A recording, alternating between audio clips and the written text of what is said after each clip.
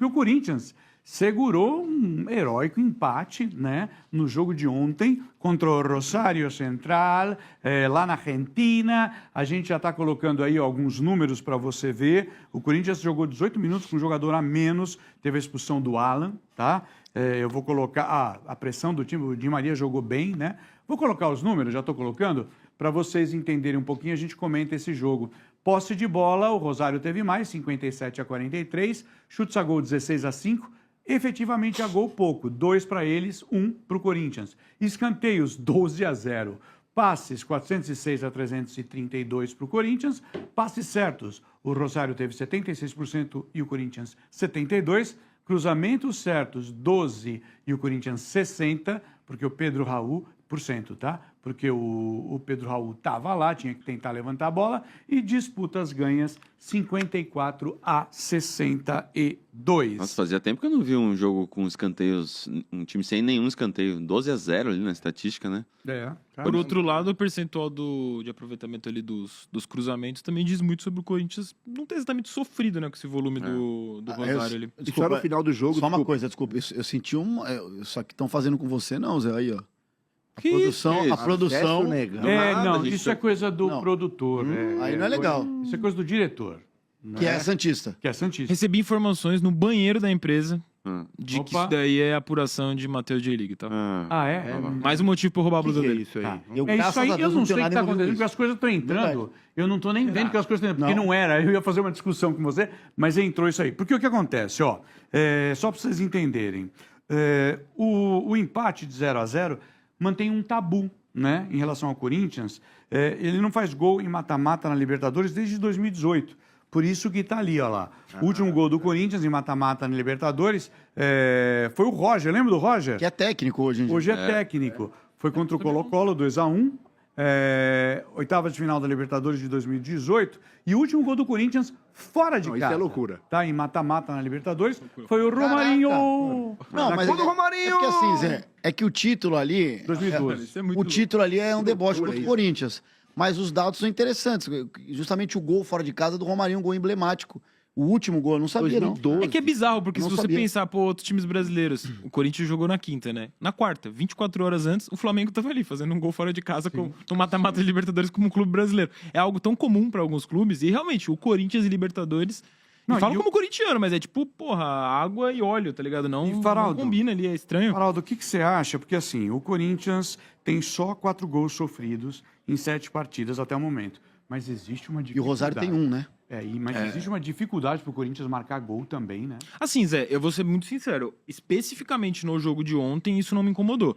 Porque claramente o Corinthians foi com a estratégia de segurar o 0-0 e conseguiu. Então eu acho que o Corinthians sai com um resultado positivo. Também acho. O Corinthians venceu de 0-0. Menos, assim. né? Foi com o jogador a menos, o que também eu não acho que é motivo pra, como eu já vi muita gente nas redes sociais detonando o Alan. O problema do Alan e do André é que eles tomaram 2 cartões vermelhos por motivos muito idiotas no começo da temporada, e aí ambos, coincidentemente, foram expulsos mais uma vez na sequência, né? O André logo de imediato num derby e o Alan ontem. Então a paciência da torcida fica menor, porque você já vem de expulsões idiotas antes. Mas faz parte do jogo ali, ele já tava amarelado, é um risco que se E corre. faltou uma leitura do Diniz pra tirar ele também. Tava Concordo. pendurado, Inclusive, ele marcando o fala jogo muito pegado. com o Alan ali na pausa da hidratação, aí volta da pausa e ele é ficou expulso. com medo de perder a força, que tava encaixadinho ali também, cara? Sim. Eu acho que E o Alan tava jogando bem. Ele lembrou do jogo do Internacional. Que o Corinthians estava encaixadinho. E aí você certinho, troca. Sai o André. Não, mas daí, perde. se você troca um volante por um volante, você não muda a dinâmica do time. Não, eu entendo, mas eu acho que fica na cabeça, velho. Inclusive, eu acho que essa foi a grande vitória do Corinthians em comparação à eliminação pro Inter, ambas as fases oitavas de final, uma da Copa do Brasil, outra da Libertadores, foi entender a importância de segurar um 0-0 no jogo de ida fora de casa. O Corinthians estava muito confortável no jogo contra o Inter e se lançou ao ataque e acabou tomando 2-0 e sendo eliminado no Beira-Rio. Entenda que, pô, é muito forte jogar em Itaquera, na Neoquímica Arena, e que tá ótimo segurar um 0-0 na Argentina contra o time do Di Maria, num estádio ali pulsando desde o começo do jogo. Foi um ótimo resultado pro Corinthians. E um Corinthians bem desfalcado, né, Rudi? Bem desfalcado. Bem desfalcado. Ele insistiu com o Pedro Raul. Inclusive, Zé, o primeiro tempo do Pedro Raul não foi ruim. Se movimentou bem. Ele é muito lento, óbvio. Ele é mais alto e tal. E ele conseguiu fazer a parede em alguns momentos. Teve um lance do eu vi isso também. Caio César, Pressionou, que foi marcou quase pressão, gol. É. O segundo tempo, o Corinthians não foi bem. O primeiro tempo, o Corinthians foi muito bem. muito mesmo, assim, mesmo com os desfalques do Yuri Alberto e agora do Depay, que não sei se vai voltar, se não vai voltar, o Corinthians foi muito bem no primeiro tempo. Na minha opinião, é muito difícil um clube brasileiro fazer o que o Corinthians fez no primeiro tempo lá. Só que o segundo tempo eu achei que o Corinthians começou a perder muito duelo individual. E aí, quando você vai perdendo duelo individual, você vai perdendo a moral dentro de campo, o adversário vai crescendo, vai impondo. E aí o Rosário foi bem melhor no sentido de intensidade, não de chances de gol. Eu achei o time do Rosário muito limitado ofensivamente. Sim. O próprio Di Maria, que tecnicamente é um jogador muito acima, muito lento, né? A gente acostumou ver o Di Maria, a carreira dele com muita explosão, apesar de ser alto também, igual o Pedro Raul, que a gente fala que ele é mais lento, mas o Di Maria, tecnicamente muito bem, mas faltando intensidade, ele é mais velho, não tem o que fazer. E eu achei que se o Rosário tivesse um pouco mais de qualidade, talvez tivesse ganhado o jogo, porque o segundo tempo impôs muito o ritmo. E, curiosamente, depois que o Corinthians perdeu acho que o Corinthians melhorou no jogo, porque o Corinthians fechou mais, assumiu o resultado de 0-0, e aí foi só cruzamento. A gente vê ali, gente, 14% só de cruzamento certo do Rosário. É muito pouco. É o saber sofrer, porque né? toda O Corinthians bola- soube sofrer, pô. É. Sim, eu até falei com o Dan mais cedo. sim. É diferente do saber sofrer, que às vezes muita gente usa, pro time que, pô, é massacrado, toma 3 bolas na trave. Foi Corinthians e Estudiantes, talvez, que aconteceu esse cenário, que o Cássio fez o Bola jogo na da vida trave, pelo o Cássio Corinthians. Pegou um monte de pegou pênalti, tudo. não sei o quê. Pô, aí você não sabe sofrer. Você sofreu e deu sorte de não ter perdido. Nesse caso de ontem, o Corinthians soube sofrer, porque o adversário teve volume, tava jogando em casa e, assim, não fez nada com esse volume, o Rosário Central. O Corinthians, de fato, Só o não Campaz, cedeu. né? O Campaz jogou muito muito bom bem, jogador. né? Jogou, mas mesmo assim, o No Corinthians primeiro conseguiu de tempo, alguma forma anular um principalmente, né? pouco do Campaz, do Foi Di do lado Maria. esquerdo. Foi, e ele quase fez um gol sem querer de cabeça no segundo tempo. Ah, é verdade. O Campaz, que parece que ele até estava sendo vaiado lá, ele jogou bem. O Corinthians teve muito mérito, o Corinthians volta muito forte, eu acho que está em aberto ainda, como todos os outros confrontos. Mas assim, eu não conheci o time do Rosário, de verdade, nunca tinha visto um jogo. Mas eu acho que o Rosário, faltou algo pro Rosário querer ganhar esse jogo, entendeu? Ofensivamente. Porque no primeiro Não tempo é o não forte dava. deles, agora você falou, né? Eles tomaram um gol na Libertadores. Primeiro tempo não dava, o Corinthians dominou. No segundo tempo que dava, faltou muita bola na área, e aí o Gustavo Henrique se consagra.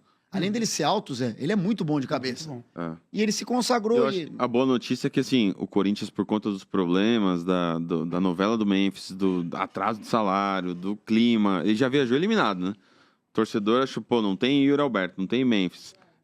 O Corinthians já... Mas tava esse clima, você acha? Tava um negócio de não vai dar certo. Ah. Chegamos ao limite. E aí o Corinthians consegue esse resultado fora de casa. Eu acho que traz uma esperança muito boa para o jogo de volta. Claro. Chances reais de classificação, porque o time do Corinthians é bom, assim, é um time bem competitivo, Favorito né? agora, vai.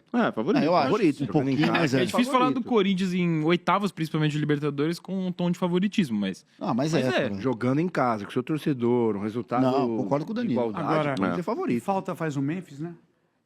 É verdade, seja dito. Mas O Corinthians Yuri não Alberto, chegou eu até aqui na temporada onde chegou por causa do Memphis, causa né? do Memphis, Se o Corinthians tá não jogou. brigando por G5 no Brasileiro, não tem nada a ver com o Memphis. Se tá vivo na Libertadores, não tem nada a ver com o Memphis. Mas você sabe que eu fiquei preocupado ontem, eu achei que o Corinthians ia perder. Por conta de tudo que tá acontecendo. É o que o Braga falou. De novo, né? Aquele fudúncio. Ô Zé, você sabe que teve até uma fala do Ranieri, né, na zona mista. Que ele Jogou fala- muita bola ontem. Jogou muita bola e ele fala sobre isso. Ele fala aqui no Corinthians, porque falaram sobre o Memphis, então ele falou, a gente tá acostumado. Cheguei em É. 24. em Já 2020. teve... Já teve impeachment. Eu gosto quando o jogador fala. E Ele ontem foi comprado e nem todo mundo pagaram falou. ele. Nem pagaram ele, já teve impeachment, já mudou gente. Ele falou, se ele voltar também, tá tudo certo, então... O melhor achei- jogador achei- do Corinthians achei é esse. É o engraçado. cara que já sabe. Não, Se não receber ele foi também. Eu vou mostrar pra vocês, porque ontem foi uma noite de sinceridade, eu achei legal.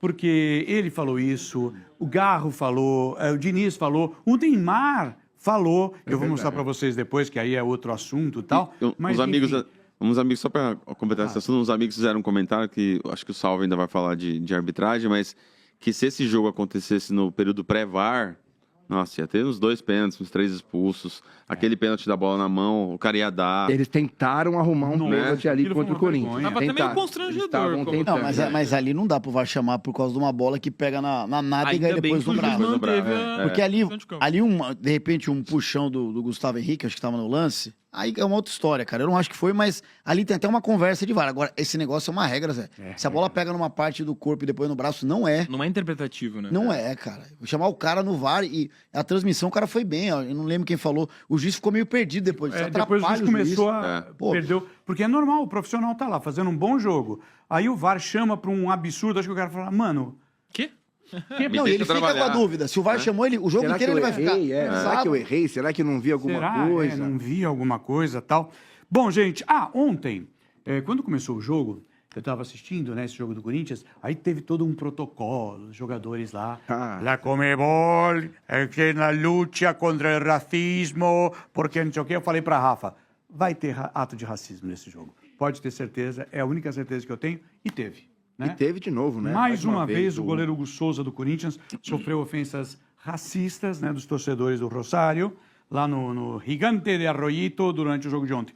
O árbitro, vocês viram quem assistiu o jogo, ele fez, né, o sinal do protocolo antirracismo, mas não paralisou o jogo, o que é muito estranho, né? Depois do jogo, o Hugo Souza se manifestou sobre o que ele viveu no jogo do Rosário, contra o Rosário. Coloque na tela, por favor, a arte. E ele fala, né? Infelizmente, toda vez que a gente vem aqui é assim, parece uma coisa comum, o que não pode ser, né?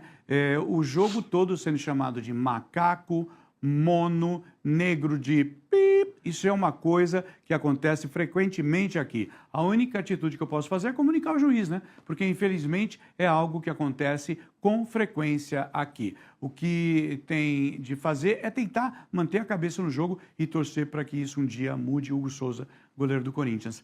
E assim, tinha um monte de gente, né, da Conmebol ali fora. É só chegar, olhar na arquibancada, aí fala pro policial, o policial vai lá e tira a pessoa. E com o tanto de câmera que tem hoje, né? Não é inacreditável que aconteça isso ainda. E o Hugo demonstrou toda a insatisfação ali. E a Conmebol não vai fazer nada. Nada. Zé. Não Esse vai é o acontecer problema. nada. O problema é que há uma conivência de todos. E quando eu digo de todos, eu sei que não é intencional, não é como se o Corinthians tivesse uma culpa, mas o próprio Corinthians também solta uma nota oficial. Coloca a nota, por favor, Carneiro, Uma nota de repúdio. enquanto o Faraldo está falando. Olha lá, fala. Ó, o Corinthians repudia veementemente, lamenta mais um episódio de racismo, aí relata, né, o que aconteceu ali com o Hugo Souza durante a partida e diz: o clube cobrará uma investigação que resulte na identificação e punições apropriadas aos torcedores que cometeram tais atos. É revoltante estarmos mais uma vez presenciando cenas como essa que não representam o que é o futebol. A questão é, essas notas de repúdio, a cobrança sobre a Conmebol, a ironia que você usou também, Zé, esse protocolo no início dos jogos ali antirracismo, nada disso resulta em nada, assim, não, é só para inglês ver, é uma palhaçada, na verdade. Você cria todo um circo ali para parecer que é antirracista, mas no final das contas todos são coniventes. Quando eu falo que até Corinthians e os clubes de forma geral acabam também sendo coniventes, é porque acho que passou da hora de não ficar só nessas notas. Eu acho que os clubes, eles têm que... A exemplo do que está acontecendo na treta agora da UEFA com a FIFA, a UEFA entendeu que sem ela a FIFA perde muita força nas competições esportivas. Então está ameaçando um boicote nas competições se o Infantino, que está agindo como um ditador, não sair. A CBF, deveria fazer o mesmo em relação à Conmebol. Porque sem a CBF, sem os times brasileiros, as competições da Conmebol perdem muito. Então já passou da hora dos clubes brasileiros, com a CBF ou sem a CBF, que seja uma união entre os dirigentes dos clubes brasileiros. Sei lá, a Leila Pereira, que eu acho que é a mais racional dos dirigentes que a gente tem hoje aqui no futebol brasileiro. Pô, os dirigentes eles têm que se unir, fazer um movimento, chegar na Conmebol e peitar. E falar, ó, se isso seguir acontecendo sem nenhuma punição grave, drástica, aos clubes, aos torcedores envolvidos, a gente não participa mais. Boicote dos clubes brasileiros. Só que ninguém faz isso. No final das contas, eu acho que, de alguma forma, os clubes brasileiros acabam sendo coniventes, quando eles também não peitam, eles não vão além dessas notas de repúdio, que não repudia nada, não diz nada, na verdade. E os jogadores, torcedores, seguem sendo vítimas desse absurdo. Essas notas de repúdio, na minha opinião, é simplesmente mais do mesmo. Não reflete nada. Só para dizer que fez algo, né? Que fez alguma se importa, coisa, né, assim. estão preocupadíssimos, né?